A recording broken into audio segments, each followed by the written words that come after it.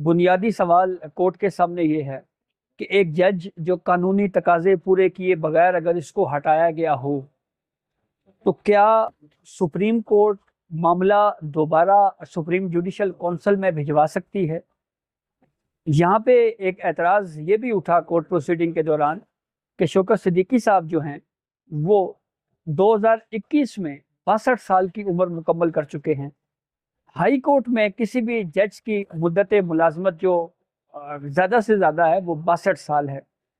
तो कोर्ट ने ये सवाल उठाया कि 62 साल की उम्र तो 2021 में शौकत सिद्दीकी साहब की मुकम्मल हो चुकी थी, तो ऐसी सूरत हाल में वो एज अ जज भी बहाल नहीं हो सकते।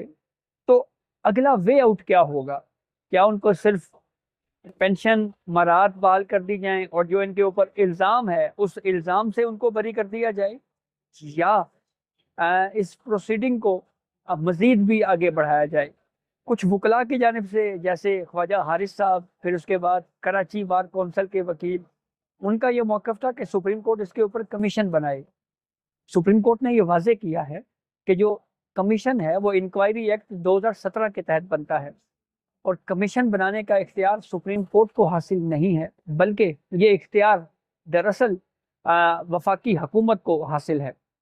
चीफ जस्टिस काजी फायद ईसा ने यह कहा कि हम इस केस को इसलिए सुन रहे हैं ताकि हकायक पता चले, लोगों को सच पता लगे, आम आदमी को, कौम को पता लगे कि असल सच क्या है।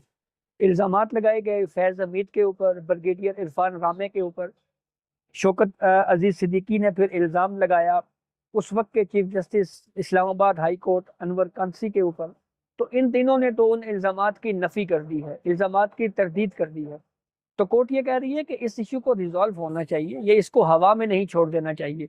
तो यही वो बुनियादी सवालात हैं जिस पे सुप्रीम कोर्ट ने अब फैसला महफूज किया है।